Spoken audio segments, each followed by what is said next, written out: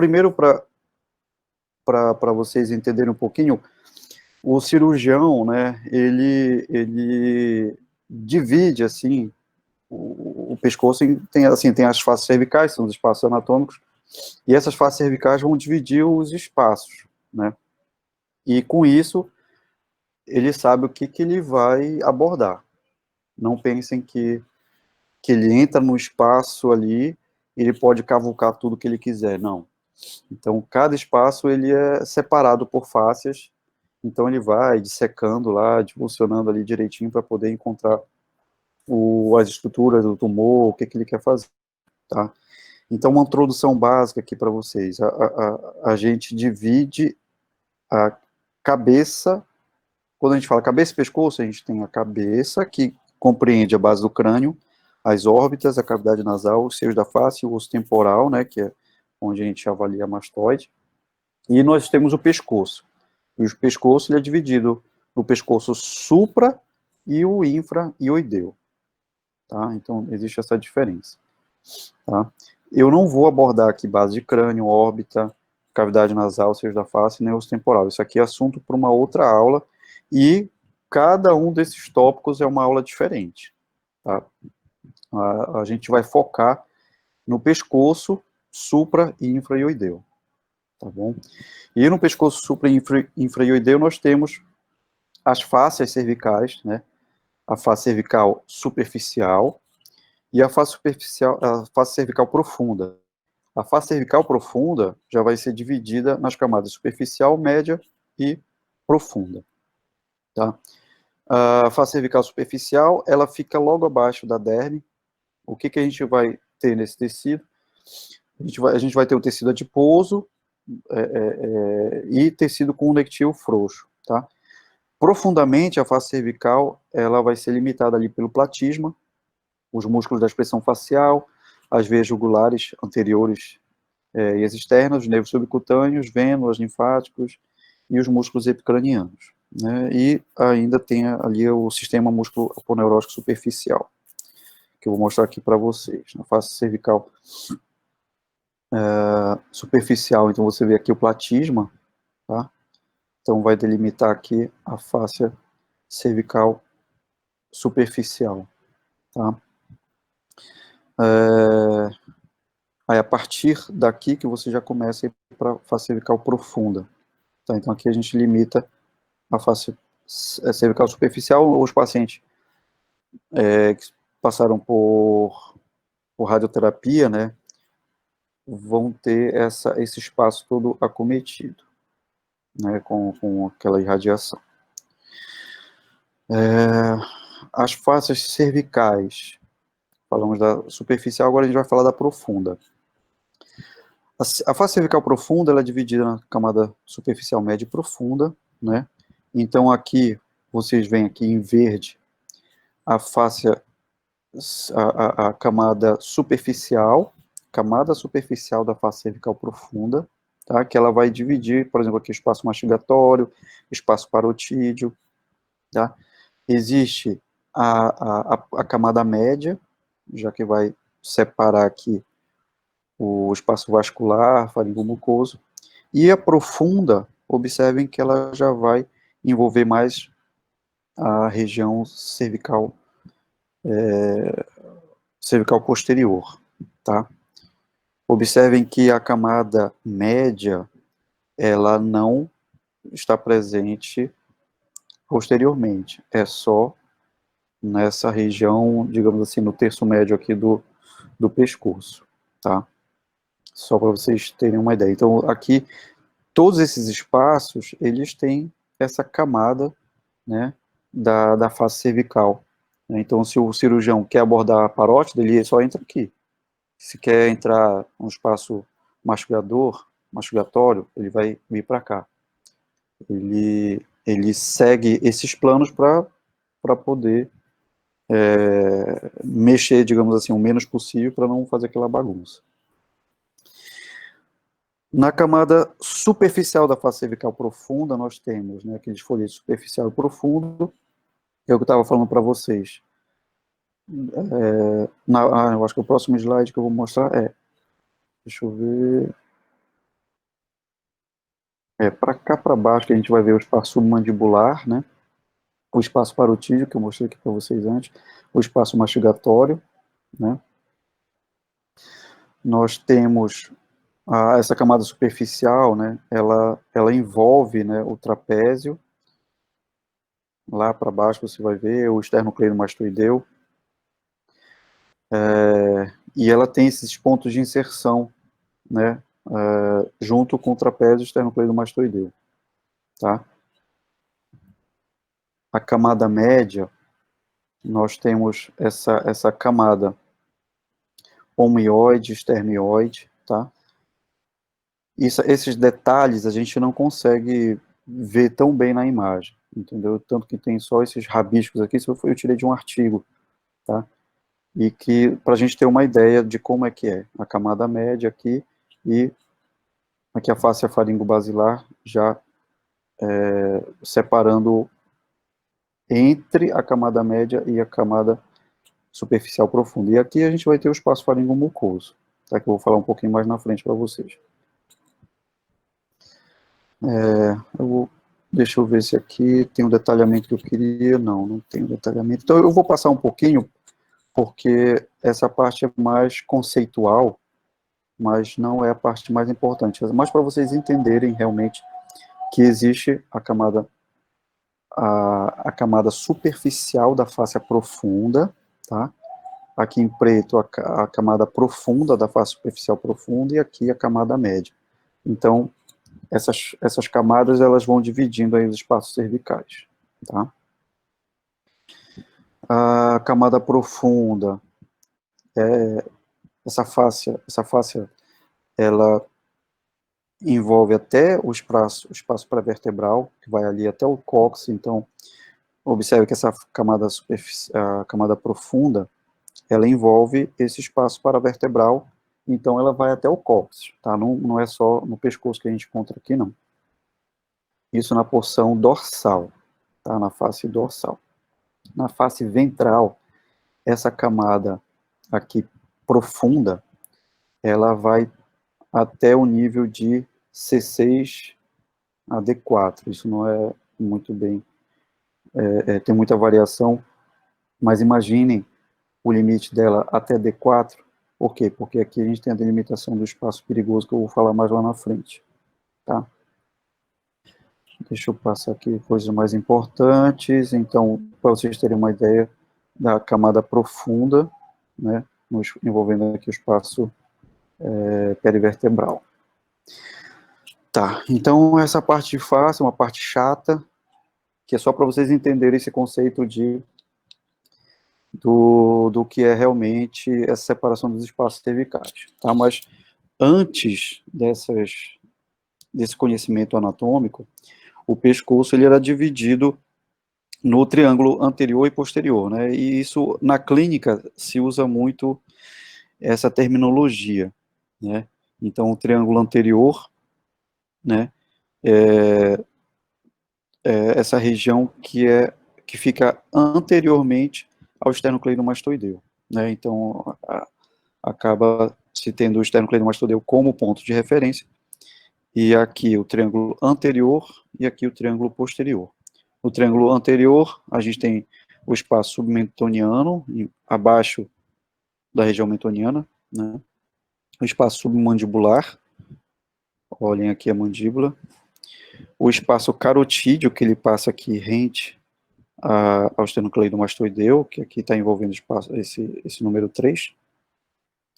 E essa porção muscular, que aí já são os outros músculos do pescoço. E o cervical posterior, o triângulo posterior, envolve tanto a região supraclavicular, clavícula aqui, quanto a região occipital. Tá? Hoje, a gente usa muito essa classificação da região supraioide e infraioide. Então, o ióide como referência, tá? O ocioide como referência, que é a mandíbula.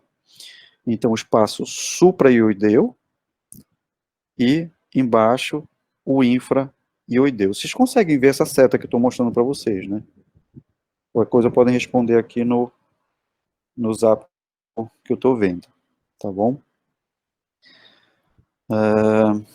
Então, espaço Dá para cervical. ver a seta sim, doutor. Dá para ver a seta. Ótimo. Pode continuar Perfeito. mostrando. Perfeito, obrigado. Então, vamos lá. Então, aqui nós temos, isso aqui é um desenho esquemático, né?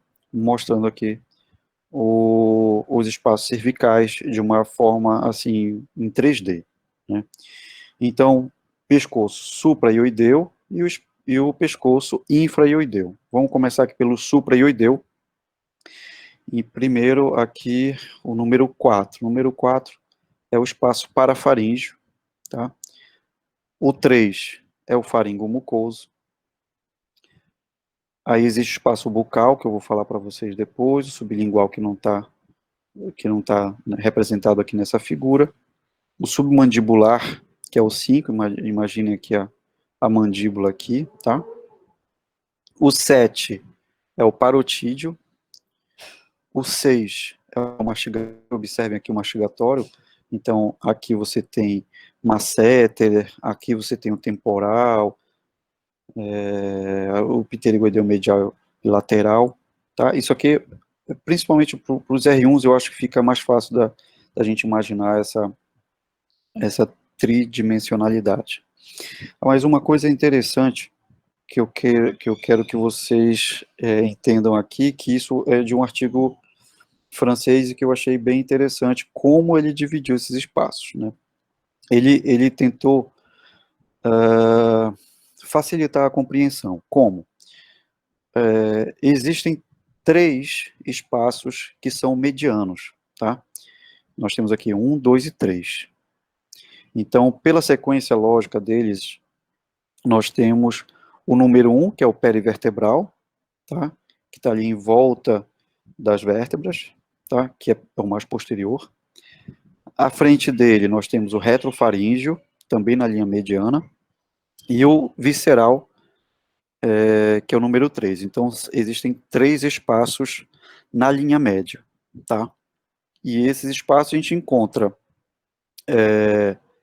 tanto no pescoço supra quanto no infraioideu, tá? Aqui está marcado infraioideu, mas na verdade eles se repetem, tanto supra quanto infraioideu, tá? Então, daqui de cima até lá embaixo, tá?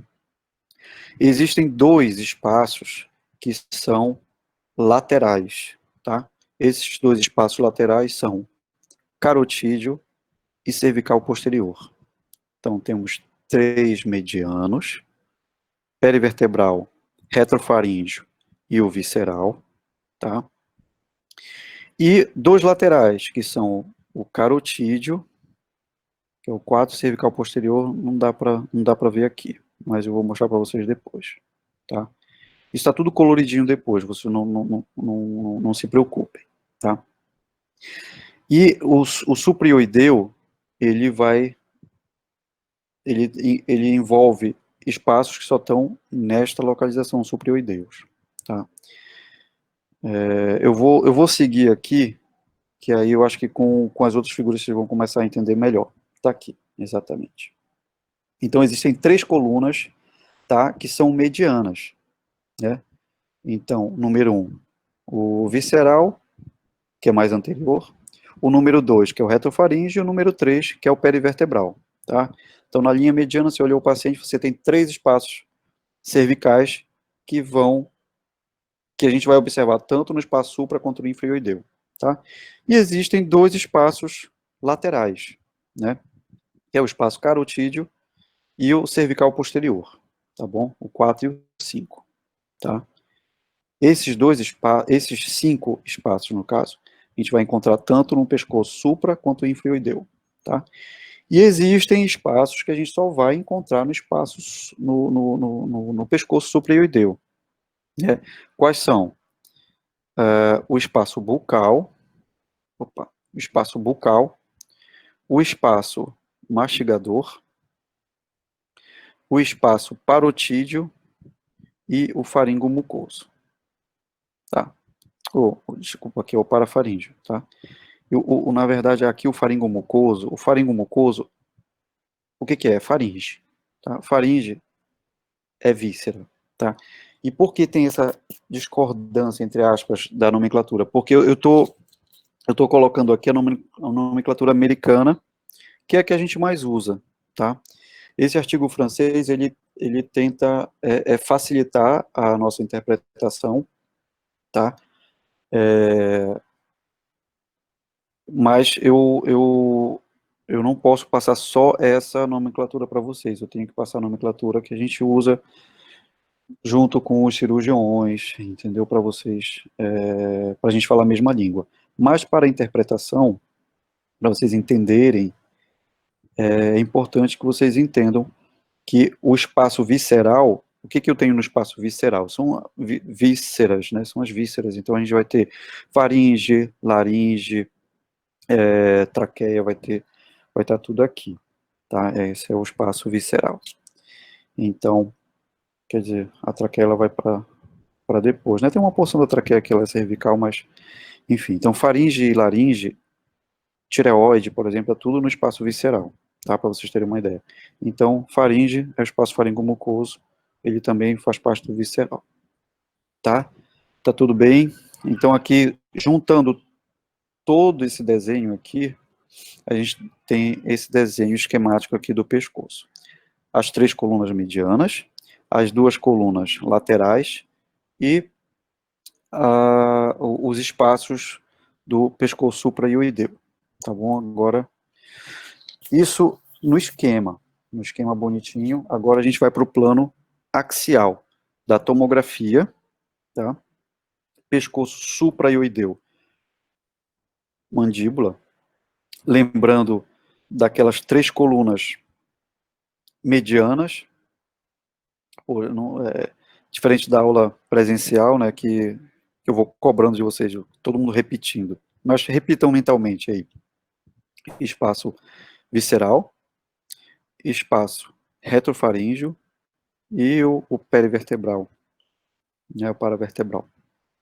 Tá, então aqui que a gente vê, ó, paravertebral, o retrofaríngeo e o visceral, tá? Ah, doutor Bruno, isso aqui? Ah, isso aqui a gente só vai ver no pescoço supraioideu, olha a mandíbula, tá? Que é o espaço, a região oral, tá? A região oral. Os 2 espaços, as 2 colunas laterais, quais são? Carotídeo ou vascular, tá? E cervical posterior, tá bom? 3 colunas medianas, 2 colunas paramedianas ou laterais, tá? Na abordagem do supraioideu, o que a gente vai ter? Oral, mastigatório, né? Tá aqui o azul, mastigatório, parotídeo, tá? E o parafaríngeo, o em verde, parafaríngeo, tá?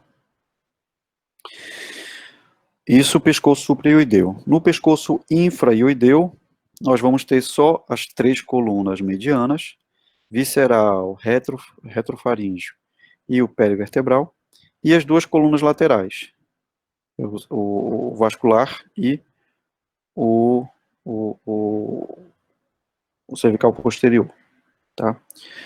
Observando no plano coronal, nós temos o visceral, olha a coluna mediana, desde o pescoço supra quanto o infraioideu, espaço mastigatório, tá? Em azul, espaço parafaríngeo, em verde, tá? E aqui, na verdade, isso aqui é o submandibular, né? E o francês, ele usa muito assim, olha, o espaço salivar. Então, parótida, submandibular, tá tudo no espaço salivar. Mas aí a gente vai, eu vou englobar tudo como se fosse parotídeo no supra e oideu, só para não confundir muito a cabeça de vocês. Então tá, nós vimos de uma forma geral, tá? As 3 colunas medianas, as colunas laterais, do pescoço supra e infra, e os espaços do pescoço supraioideu, tá? De uma forma geral. E agora eu vou mostrar para vocês cada um desses espaços, tá? Então, a região oral, ela é uma região mediana, né, localizada no pescoço supraioide, né? Nesta região oral, nós temos vários espaços, tá? Aí esses espaços já são denominações mais americanas, né? Então, o espaço lingual, espaço mastigador, espaço parotídeo e o parafaríngeo, tá? O espaço lingual, né? Ele abrange, ele abrange aqui a cavidade oral. O termo que a gente mais usa é cavidade oral, tá? A cavidade oral, ela tem a parte móvel da língua, que a gente chama de língua oral, tá? A língua é dividida em língua oral, que são os 2 terços anteriores, e o terço posterior, que é a base da língua, tá? Ainda na cavidade oral, a gente tem o assoalho da boca, que ela é formado pelo músculo milioideu, que eu vou mostrar para vocês. Nós temos o espaço sublingual e o espaço submandibular, tá? Ainda em desenho esquemático, para vocês entenderem bem, existe a separação do orofaringe, temos aqui faringe, tá bom? Faringe. Acima do palato, nós temos o nasofaringe. Entre o palato e oh, meu Deus, fugiu. Temos o orofaringe e Epiglote. o epiglote. E epiglote nós temos aqui o hipofaringe, tá? E aqui que a gente vai, quando vocês que gostam de entubar, por aqui, hein? Não vão, pelo amor de Deus, colocar ir lá para o esôfago, tá? Então, o que você tem aqui? Na parede, aqui você tem o palato mole, tá? Isso aqui é como se fosse um perfil, tá? Palato mole, os pilares amidalianos anteriores, que vão separar o que é o orofaringe da cavidade oral, tá? O orofaringe ele é posterior. E esse terço posterior da língua, que separa a língua oral da língua, da base da língua, ela é separada ali pelas papilas circunvaladas, tá?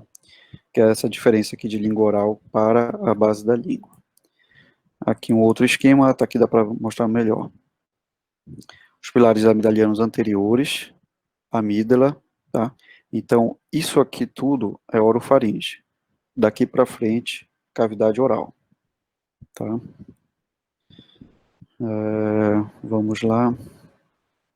Aí sim, palato duro ou palato ósseo, tá? Palato mole ou palato fibroso. Aí você tem a coluna alveolar, os dentes, a bochecha não está representada aqui, e língua, né? Temos o mileoide, eu vou falar depois da língua um pouquinho. Septo lingual, deixa eu ver se tem na outra, aqui, pronto. Então, o mileoide, esse é um músculo muito importante para vocês avaliarem. É mais fácil de ver no plano coronal, tá? Isso aqui é um coronal de uma tomografia, que você vê bem aqui o mileoide, e este é o músculo que vai formar o assoalho da boca. Então, é importante passar isso para o cirurgião. Lesões que estão limitadas à cavidade oral ou que estão invadindo o mileoide, por isso invadindo o espaço submandibular, tá? Então, aqui, como eu estou falando para vocês, submandibular, né? Aqui no esqueminha, no desenhinho aqui, o mileoide, tá bom? Deixa eu ver aqui. Na tomografia axial, você tem o septo lingual, septo lingual, o gênio glosso, tá? Aqui já vai ser parte da base da língua aparecendo. O espaço sublingual, né? O espaço sublingual, clinicamente, você pede o paciente levantar a língua, e esse espaço que está embaixo da língua é o espaço sublingual, tá? A gente vai ter algumas lesões que são específicas desse espaço. O músculo milioide e o espaço submandibular, que vai estar até aqui. Aqui é a glândula submandibular, então esse espaço aqui é o submandibular, tá bom? Por que essa diferença? Por que a importância de fazer esse reconhecimento desses espaços? Porque cada espaço vai ter uma estrutura diferente e com estrutura diferente você vai ter lesões diferentes. Então é por isso que é importante saber a anatomia, não só para descrever no laudo, não é só para mostrar que sabe a anatomia, não. Isso vai fazer parte do raciocínio diagnóstico. O que você vê nesse espaço? Você tem nesse espaço tem A, B e C, então tem que pensar nesse diagnóstico. Tá? Aqui mostrando um coronal, uma tomografia coronal, e aqui o desenho esquemático, né? O milioide, vamos começar pelo número 1 aqui. Septo lingual, tá, no coronal. O genioglosso, tá? O genioglosso, ele forma a musculatura da língua, tá? O 3 já é o genioide.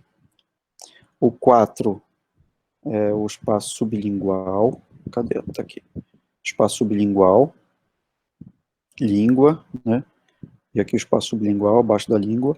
Milioide, formando o assoalho da boca, tá? O 6 o glosso.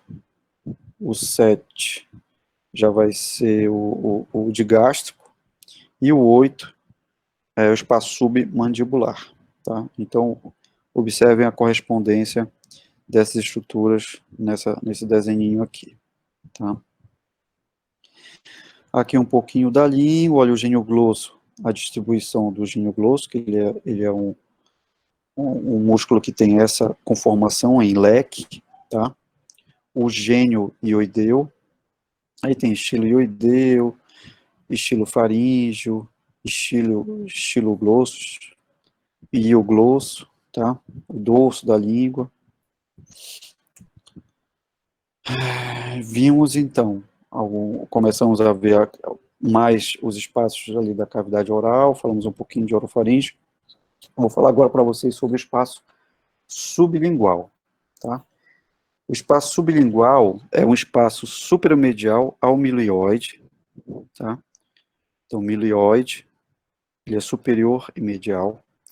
Não existe uma separação entre assim, não existe uma face aqui que separa a parte posterior do espaço sublingual com o espaço mandibular, né? Então, algumas lesões do espaço sublingual podem invadir o espaço submandibular respeitando o milioide, né? Respeitando o assoalho, mas ele vai passar por onde? Posteriormente, não por aqui, tá? O que o espaço sublingual tem? Qual é o conteúdo dele? Nós temos a extensão anterior do músculo ioglosso, nós temos nervos lingual, o 9º e o 12º, tem o duto da submandibular, que é o duto de Wharton, tem a artéria V sublingual, duto e glândula sublingual, e a porção profunda da glândula submandibular. Tá? Então, como esse espaço tem essas estruturas, então é importante que vocês pensem que vocês podem ter lesões de origem muscular, de origem nervosa, de origem ductal, de origem arterial e de glândula salivar. Tá? Então, vou mostrar mais uns esquemas aqui para vocês.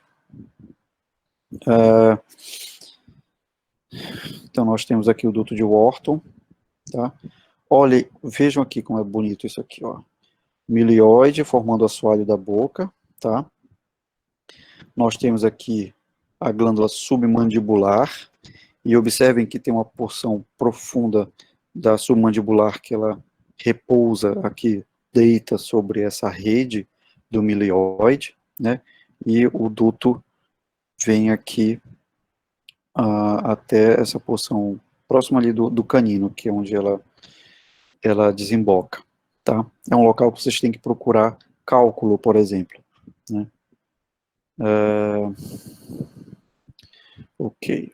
Então, diagnósticos diferenciais nessa região, atrofia do ioglosso, hemangioma, linfangioma, um carcinoma epidermoide, tecido tiroidiano, angina, dilatação ductal, a rânula é uma lesão típica desse local, eu já mostrei para alguns residentes.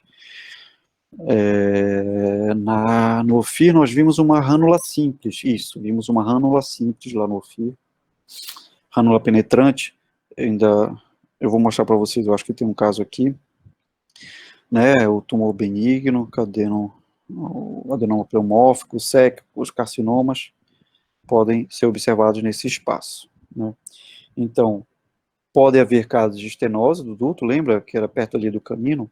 Então, pode ter uma estenose do duto, levando a uma dilatação, uma cialolitíase, você vai ver na tomografia sem contraste, então, um cálculozinho pontiforme, a dilatação do duto, né?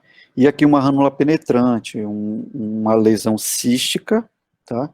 No espaço sublingual, que posteriormente, observem que posteriormente, como não tem nenhuma fáscia, ela vai e penetra o espaço submandibular, tá? Isso não pode ser confundido com um tumor ou outra lesão, tá? Uma lesão típica do espaço sublingual, tá? E nesse caso aqui é uma rânula penetrante. Eu faço uma comparação com bócio mergulhante, tá? Para vocês terem uma ideia. E aqui acredita-se que é por obstrução, né, de glândulas, pequenas glândulas salivares, e acaba levando essa dilatação, tá? Então, falamos do espaço sublingual, e agora a gente vai falar do espaço submandibular, tá? Tá todo mundo bem aí? Temos 40 minutos mais ou menos de aula, e a gente está no começo. Brincando, já tem um terço de aula. Eu acho que eu posso acelerar um pouquinho mais, para a gente tentar ver tudo, tá? Espaço sublingual, então nós vamos ter, eu já falei dessa separação que não existe, né, do espaço sublingual com o espaço mandibular, ali posteriormente. O conteúdo do espaço mandibular é o ventre anterior do digástrico, olha aqui o ventre anterior do digástrico, porção superficial da glândula submandibular, que a porção profunda está lá no espaço sublingual. Existem linfonodos, né, e vocês veem muito isso no ultrassom, né, veia e artéria facial, a parte inferior do nervo hipoglosso e gordura, né. Então, o que é de se esperar que se tenha nesse local de diagnósticos diferenciais? Existem algumas lesões congênitas, o cisto do segundo arco branquial, atrofia motora da terceira porção do quinto par, do trigêmeo, linfangioma, hemangioma, angina, rânula, lipoma, tá? Aí, tumores, né? Os tumores de glândula salivar, metástase, linfoma, carcinomas, adenoide, cístico, mucoepidermoide, enfim. Então, aqui um exemplo de carcinoma mucoepidermoide na glândula submandibular. Tá? Observem a direita, quando está normal, e a esquerda, aumentada de volume, degeneração necrótico-cística. Tá? Adenoma pleomórfico, o próprio nome já diz que pode assumir várias formas, forma sólida, forma cística e uma forma mista, tá? Sólido-cística. Isso. Vamos agora para o espaço parotídeo. Tá? O espaço parotídeo, ele vai do canal auditivo externo até o ângulo da mandíbula, tá? Então, ele vai ser circundado pelos folhetos da camada superficial, tá? O que nós temos no espaço parotídeo, né? Nós temos a glândula parótida, é o principal, o nervo facial, ele está ali passando entre a porção profunda e a porção superficial da glândula parótida. Junto ao nervo facial, nós temos a veia retromandibular, né? A carótida externa também passa aqui, tem linfonodos intraparotídeos, tá? Falando um pouquinho só de ultrassom, no ultrassom a gente vai ver o quê? A porção superficial da glândula parótida, a gente não consegue ver a porção profunda, tá? Então, tumores da porção profunda a gente não vai ver. Os linfonodos intraparotídeos a gente consegue ver muito bem no ultrassom, tá? Diagnósticos diferenciais do espaço parotídeo, cis da primeira fenda, hemangioma, linfangioma, abscesso, lesões linfoepiteliais que eu vou mostrar aqui para vocês, adenopatia reativa, adenoma pleomórfico, tumor de Walsh, são tumores de glândula salivar, aí oncocitoma, lipoma, então todos esses diagnósticos você pode observar nesse espaço, tá? Alguns casos aqui para vocês, um hemangioma, tá? Acometendo toda aqui a parótida, tá? Temos aqui um adenoma pleomórfico, isso aqui é um axial T1, e aqui um axial T2, tá? Então, no T1 baixo sinal, no T2 com alto sinal, eu tenho essa imagem aqui que é melhor. No ultrassom, a gente vê essa lesão. Olha, observem que a glândula parótida, ela tem uma ecogenicidade muito semelhante à glândula tireoide, né? A tireoide vocês devem estar bem acostumados a ver, né? Que é um pouco mais ecogênica que o músculo, né? E observem que tem essa lesão bem hipoecogênica, né? Mas arredondada, bonitinha, não, a gente não vê vascularização assim importante, né? Pelo menos ao Doppler não tem muita vascularização. Essa aqui já são imagens de ressonância magnética, que o hipossinal T1, observem que a maior parte dela está no lobo profundo, mas tem uma porção superficial, e a gente consegue ver aqui, mesmo pelo ultrassom, tá? Essa aqui é o mesmo paciente, tá, gente? Aqui no T2, uma lesão um pouco heterogênea, com um sinal intermediário. Aqui é o pós-contraste. Normalmente, são lesões que captam muito contraste, tá? Elas têm um realce álvido pelo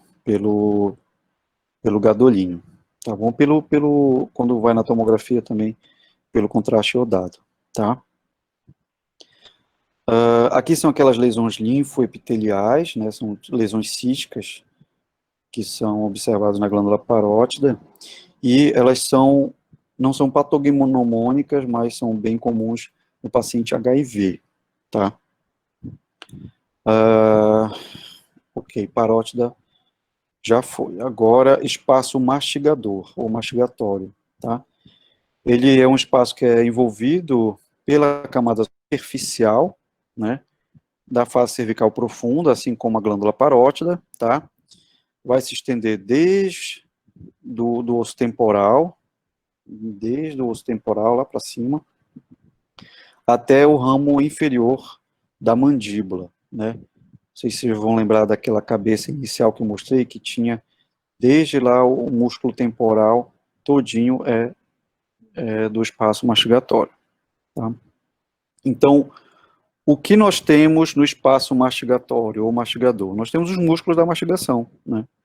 Músculo pterygoideu medial e lateral, o músculo temporal e o masseter, tá? Então, masseter, aí aqui já vai ser pterygoideu, o nervo mandibular já passando aqui pelo forame mandibular, que entra aqui na mandíbula, né? Ela tem a porção sensitiva, que é o nervo alveolar inferior. Aí tem a artéria e veia alveolares inferiores, os ramos e corpo posterior da mandíbula, né? Então, o que nós vamos ter diagnóstico diferencial nesta topografia do espaço mastigador? Pode ter uma glândula parótida acessória, tá? Hipertrofia benigna do masseter.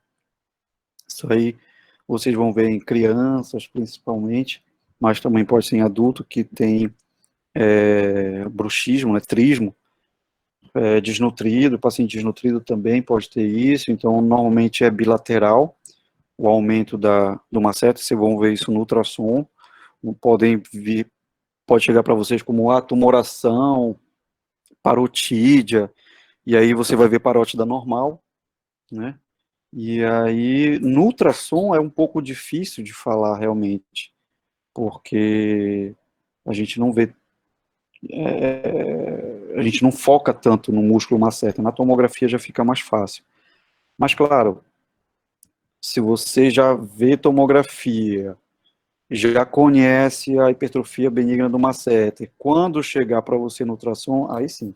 Esse é o bom da especialidade da radiologia, porque um colega que só faz ultrassom, normalmente ele não vai conhecer, e aí passa batido, entendeu? Então, como nós fazemos tomografia, ressonância, nossa especialidade tem essa particularidade que ajuda a gente a dar mais diagnóstico no ultrassom, né? Outros diagnósticos, então, nós temos aqui atrofia, hemangioma, abscesso odontogênico, osteomielite, osteoblastoma, lesões ósseas, né? Então, lesões musculares, lesões nervosas, então, SEC também. Então, todo tipo de lesões você pode encontrar no espaço mastigador. Né? Aqui um rabdomiossarcoma, observe que é um sinal bem heterogêneo, que outro paciente com uma lesão heterogênea envolvendo os músculos da mastigação. Aqui já um abscesso, né? Deixa eu ocultar isso aqui. Isso, opa, desculpa. Vocês estão vendo? Eu apertei aqui no botão. Espera aí, deixa eu voltar. Eu vou mostrar tudo, eu acho que é isso. Não. Desculpa, apertei fiz alguma besteira aqui. Espera aí. Deixa eu ver, será que é isso? Tá aqui. Voltei, desculpem. Então aqui, um abscesso. Neurinoma mandibular, isso aqui na ressonância, tá? Vocês estão vendo aí, né? Continua aparecendo normal para vocês, né? Sim, doutor, tá normal perfeito. agora. Tá melhorou, porque você tirou aquela barrinha, estava atrapalhando a gente. né? Pois é, eu aprendi isso aqui. Então, quando a gente vai olhar a tomografia, fica muito mais fácil, né, da gente ver que porque você faz a comparação ali na base de crânio, e aí vê o alargamento do forame, e fica mais fácil para dizer que é de origem neural, né. Ok, vamos agora para o espaço parafaríngeo. Esse espaço parafaríngeo, ele é de uma importância muito grande, por quê? Porque ele é considerado uma terra de ninguém, tá? Não existe fáscia, tá, que separe o espaço parafaríngeo. Ele ali é uma terra ali entre o espaço mastigatório, entre o carotídeo, entre o visceral, o faringomucoso. Então, essa região, que não é de ninguém, chamaram de espaço parafaríngeo, né? Então, ele ocupa a região central da face profunda. Ele tem uma importância muito grande porque tumores dessa região vêm para cá, tumores dessa região vêm para cá, tumores dessa região vêm para cá. Então, ele é muito importante por esse deslocamento. Então, quando a gente tiver uma lesão, um tumor, que seja um abscesso, o que é importante a gente identificar? Qual é o epicentro da lesão? Né? Se for um tumor localizado no espaço mastigatório, beleza, não tem problema. Mas a partir do momento que ele é grande, ele começa a invadir o espaço parafaríngeo, você vai ter dificuldade para identificar. Né? Mas você tem que saber que ele está invadindo o espaço parafaríngeo e não é uma lesão do espaço parafaríngeo. Tá? Então, as lesões do espaço faríngeo, elas são muito restritas. É importante a gente saber o que tem no espaço parafaríngeo para poder falar, não, isso é uma lesão do espaço faríngeo e não de outro espaço. Né? O espaço parafaríngeo, ele vai desde a base do crânio até o ióide. Tá? Medialmente, ele é limitado pela camada profunda, da face cervical profunda. Lateralmente, já vai ser pela camada superficial e posteriormente da bainha carotídea, tá? Então, o espaço parafaríngeo faz limite com o espaço mastigador, espaço parotídeo, faringomucoso e até com o espaço carotídeo posteriormente, né? Observando aqui o conteúdo dele, o que nós temos no espaço parafaríngeo? Nós temos gordura, né? a artéria maxilar interna passa aqui, a faringe ascendente passa aqui, tem um plexo venoso faríngeo, glândulas salivares menores e o ramo do trigêmeo. Então, basicamente, gente, aqui é gordura, tá? O espaço parafaríngeo é gordura, mas também tem alguns vasos que passam ali e este nervo, tá? Então, o que temos como diagnósticos diferenciais? Assimetria do plexo venoso pterigoide, eu nunca vi isso. Abscesso muito comum. Adenoma pleomórfico, eu nunca vi nenhum adenoma pleomórfico do espaço parafaríngeo, mas tem relato na literatura. Lipoma, eu vou mostrar um caso meu para vocês. Aí carcinomas podem aparecer, sarcoma e linfoma. Então, nós temos aqui um caso da literatura de um higroma, né, no espaço parafaríngeo. Metástase de carcinoma espinocelular, isso é comum porque tem linfonodozinhos aqui. No espaço parafaríngeo, o abscesso periamidaliano, isso é uma lesão comum, você tem uma amidalite, e aí evolui para abscesso periamidaliano, isso aqui é considerado uma lesão até cirúrgica, tá? Isso tem que ser drenado pelo risco de aumento da lesão e caminhar para o espaço cervical posterior, tá?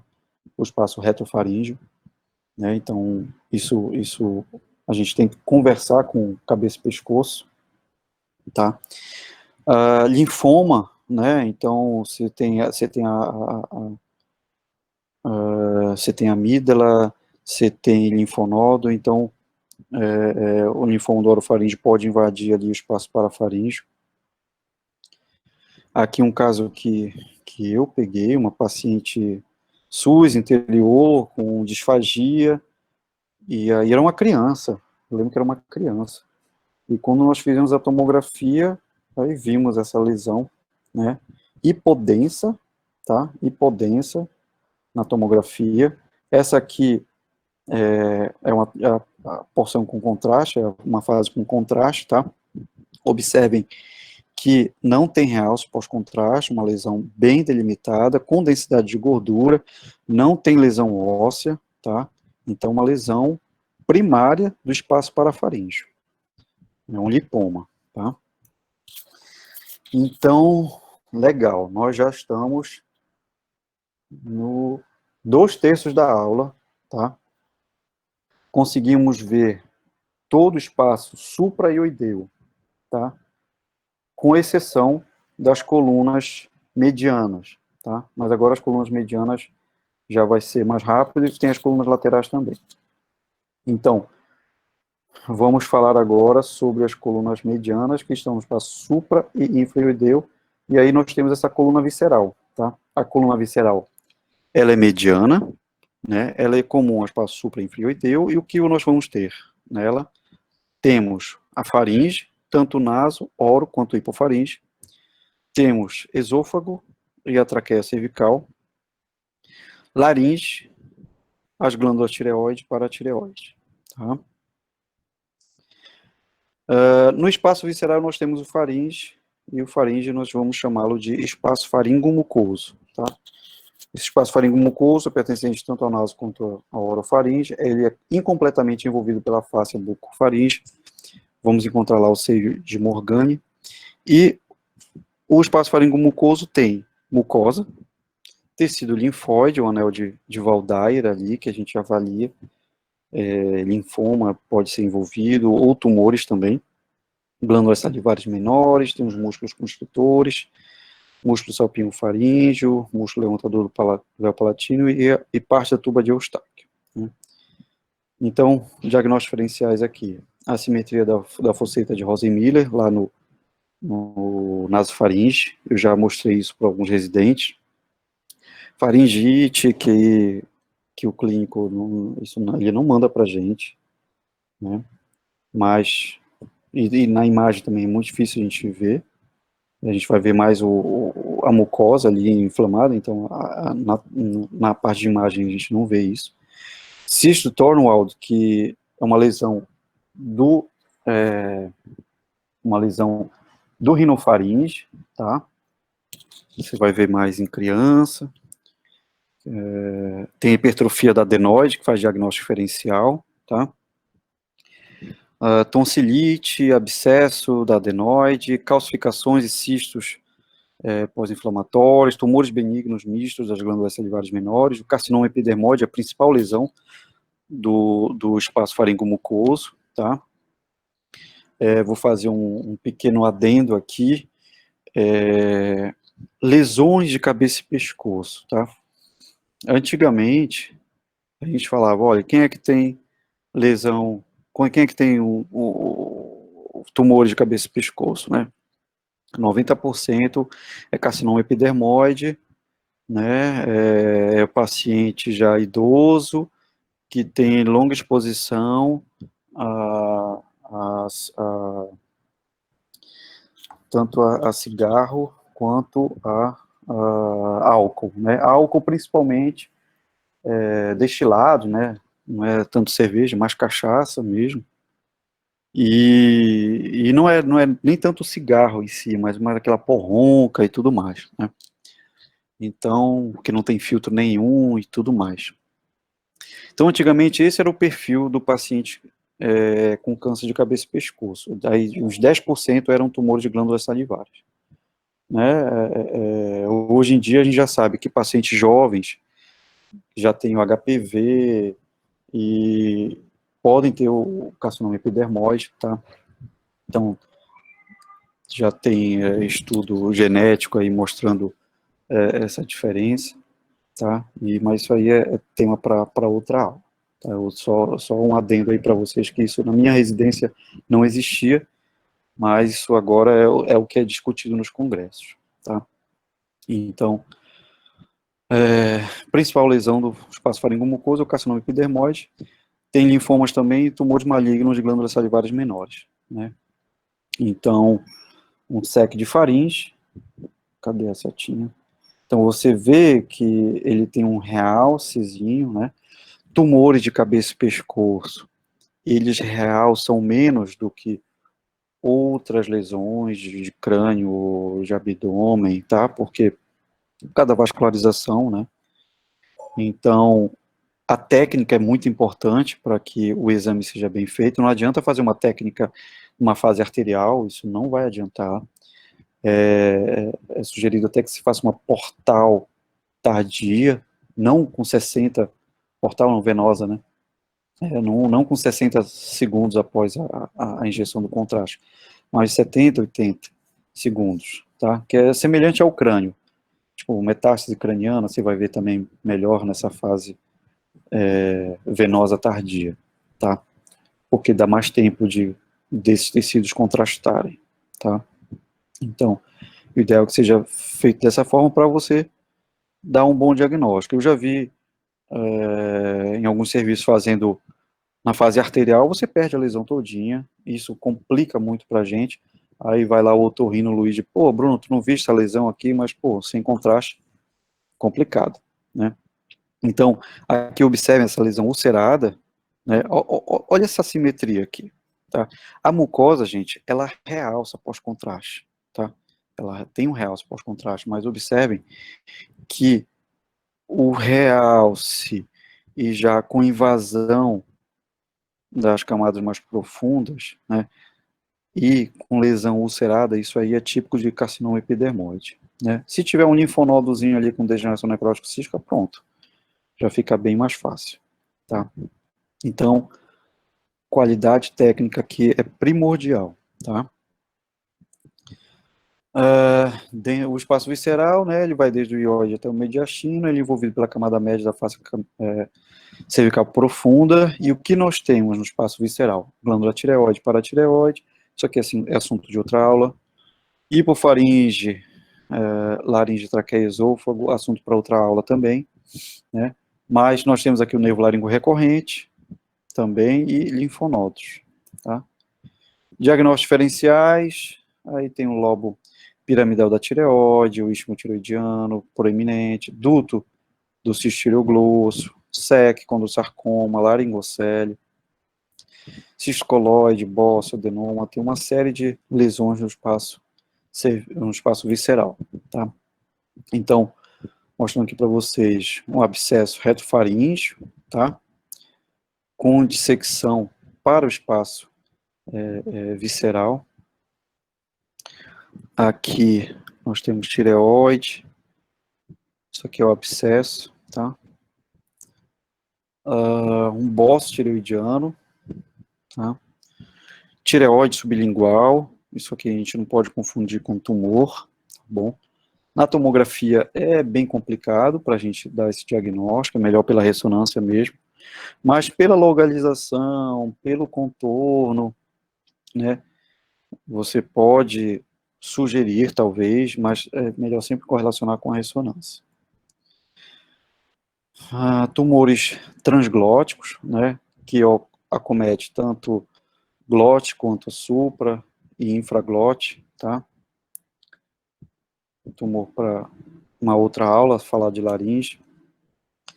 Tumor de hipofaringe, com degeneração necrotoxística do linfonodo. Tumor supraglótico, linfonodomegalia, tumor infraglótico invadindo a cricoide, tá? Quando chega o pedido, gente, muitas vezes, lesões do espaço faringomucoso, do espaço visceral, às vezes o colega, o médico solicitante não vê a lesão. Por exemplo, um tumor infraglótico é muito difícil de ver, porque a visão pela laringoscopia vai ser ali até a glote e ver malmente a infraglote. Então, o papel da tomografia aí, ela é primordial, né? Mas quando chegar um pedido assim, caroço no pescoço, entendeu? Tumor cervical, prestem muita atenção, procurem lesões do espaço faringomucoso, porque essas lesões estão lindas para a gente ver, mas às vezes as lesões são muito pequenas.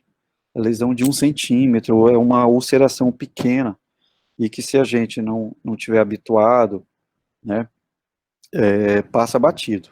Então, toda vez que vocês encontrarem linfonodomegalia, e não achar uma lesão assim típica, procurem detalhadamente no espaço faringomucoso, tá? Então, falamos do espaço visceral, tá? Que é aquela primeira coluna mediana. Agora a gente vai falar da coluna retrofaríngea, tá? Eu acho que em menos de 30 minutos a gente acaba, tá, gente? Então, coluna retrofaríngea. O que nós temos aqui? A gordura retrofaríngea e linfonodos retrofaríngeos, no espaço supraioidreu, tá? O espaço retrofaríngeo, ele vai desde o nível C6 até D4, né? Então, desde a base do crânio até ali o mediastino. O que nós temos lá? Tecido adiposo, linfonodos mediais e os linfonodos laterais de Rouvier. O que é importante do espaço retrofaríngeo é que lesões da musculatura pré-vertebral, do espaço pré-vertebral podem ir para a musculatura pré-vertebral e entrar em contato ali com o retrofaríngeo, né? O que nós temos de diagnóstico diferencial nessa topografia? Uma artéria carótida tortuosa, né? Ele pode estar localizado no espaço retrofaríngeo. Por estar no espaço retrofaríngeo, isso pode abaular o faringe anteriormente. E o colega, ele pode, olha, abaulamento do retrofaringe.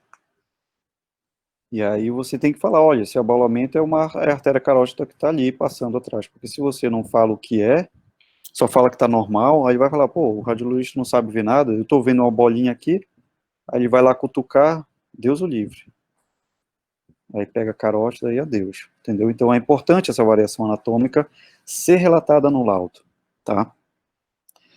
Edema linfático, venoso, hemangioma, adenopatia reativa ou supurativa, né?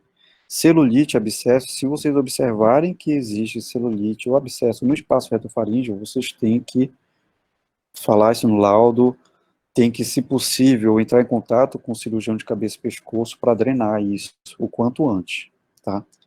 Eu vou falar já já por quê. Então, lipoma também pode ter, metástase, pode ter linfoma, e invasão direta pelo SEC. Né? Então, nós temos aqui o espaço retrofaríngeo, tá? O espaço aí, só que isso tem ar, né? Então está dissecado aqui por ar, para vocês verem o espaço retrofaríngeo. Então, abscesso retofaríngeo, gás no espaço retofaríngeo. Faringe e retrofaringe. Tá? Fica na frente dessa musculatura paravertebral. Tá? E aqui o espaço perigoso, não tem esse nome em vão. Tá? O espaço perigoso, ele é um espaço virtual, ele não existe. Tá? Mas, se ele tiver preenchido por alguma lesão que está ali no espaço retofaríngeo, ele pode disseminar infecções da cabeça e pescoço para o mediastino, levando a mediastinite, que é uma situação gravíssima, tá?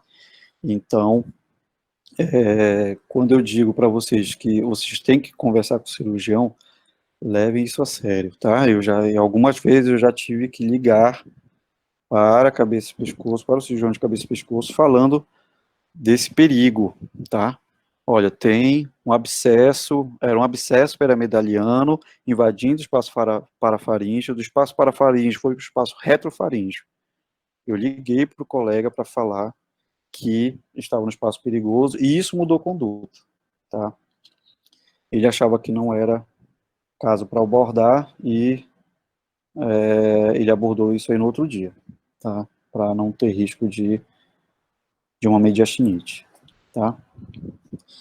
E terminando aqui, gente, a última coluna mediana é o espaço perivertebral, né? Que tem o espaço pré-vertebral e para-espinhal, tá? O conteúdo pré-vertebral são os músculos pré-vertebrais, escalenos, plexo braquial, nervo frênico, veia e artéria vertebral e o corpo vertebral, tá? Então, até o corpo vertebral é espaço pré-vertebral. Do conteúdo dural e a musculatura posterior, já é o conteúdo para-espinhal, tá? Músculo paraespinhal e elementos do arco posterior. Então, diagnóstico diferencial aqui, osteófito. Já vi também pedido, olha, abaulamento do retofaringe, o paciente tinha disfagia e era um osteófito enorme, o quê? Era enorme. Mas o colega quer saber o que ele está vendo ali. Você tem que falar, olha, tem um osteófito volumoso, osteófito anterior, em, sei lá, em C4, comprimindo o espaço faringomucoso, tem que falar, porque o colega ele quer uma resposta, ele pergunta, olha, tem uma disfagia aí, por quê? Você tem que responder, por causa desse osteófito, entendeu? Tem que ser direto. Tem que dizer que não tem tumor e dizer do osteófito, tá? Herniação discal anterior, que é mais rara, mas também pode acontecer, hipertrofia do músculo levantador da escápula, simetria dos processos transversos, costela cervical, hipertrofia da faceta articular, aneurisma, dissecção pseudoneurisma, né? Casos de osteomielite, ivanoma, tumores, cordoma, todos esses tipos de lesões vocês podem encontrar nesse espaço perivertebral, né? Então, um chivanoma, né? Tem nervos passando aqui, né? Então, um chivanoma. Essa parte, gente, é mais para ilustrar, tá? Eu não vou dar detalhes de cada doença, porque senão a aula fica imensa, tá? Então, terminamos todas as colunas medianas, tá? Falamos do espaço supraoideu, das colunas medianas, agora já estamos finalizando com as colunas laterais, tá? Que temos o espaço carotídeo e o cervical posterior. O carotídeo, nós temos o quê? A carótida, interna e comum, a jugular, os pares do 9º ao 12º, os plexos simpáticos e linfonodos. Né? Vai desde a base do crânio até o arco aórtico. Tá? Aí, diagnósticos diferenciais, todos esses diagnósticos relacionados à parte vascular, a simetria da jugular interna, tem paciente que se queixa disso, então, se houver isso no pedido, eu acho que é interessante falar que é uma veia jugular interna dominante, eu acho que é interessante, mas se não houver queixa nenhuma, talvez nem precise referir isso no laudo. Celulite, abscesso, trombose, dissecção, lesões tumorais, nós temos o glomos jugular, carotídeo, glomus vagal, chivanoma, neurinoma, meningioma, linfoma e SEC, tá? Então, o glomus carotídeo, uma lesão que realça bastante pós-contraste, né? Observem que ele está localizado bem na bifurcação, o glomus vagal. E por último, finalmente, espaço cervical posterior, né? Que vai ser delimitado anteriormente pela bainha carotídea, né? Então fica atrás do espaço cervical, do espaço carotídeo, desculpa, medialmente a camada profunda, a face cervical, e posterolateral pela camada superficial, tá? Nós temos principalmente gordura, tem parte espinhal do nervo acessório, linfonose e o plexo braquial na sua porção pré-axilar, né? Então o diagnóstico diferencial do espaço cervical posterior, hemangioma, linfangioma, abscesso, adenopatias, né? E tumores como lipoma, tumor de baía neural, liposarcoma, acometimento linfonodal, de SEC, linfoma, Hodgkin e não Hodgkin. Tá? O linfangioma, né, lesão hipodensa, espectro cístico. Pronto, gente. Então, terminamos. Isso é um overview aí dos espaços cervicais, tá? Ninguém vai sair expert nesse assunto se não for estudar para poder justamente colocar isso em prática, entendeu?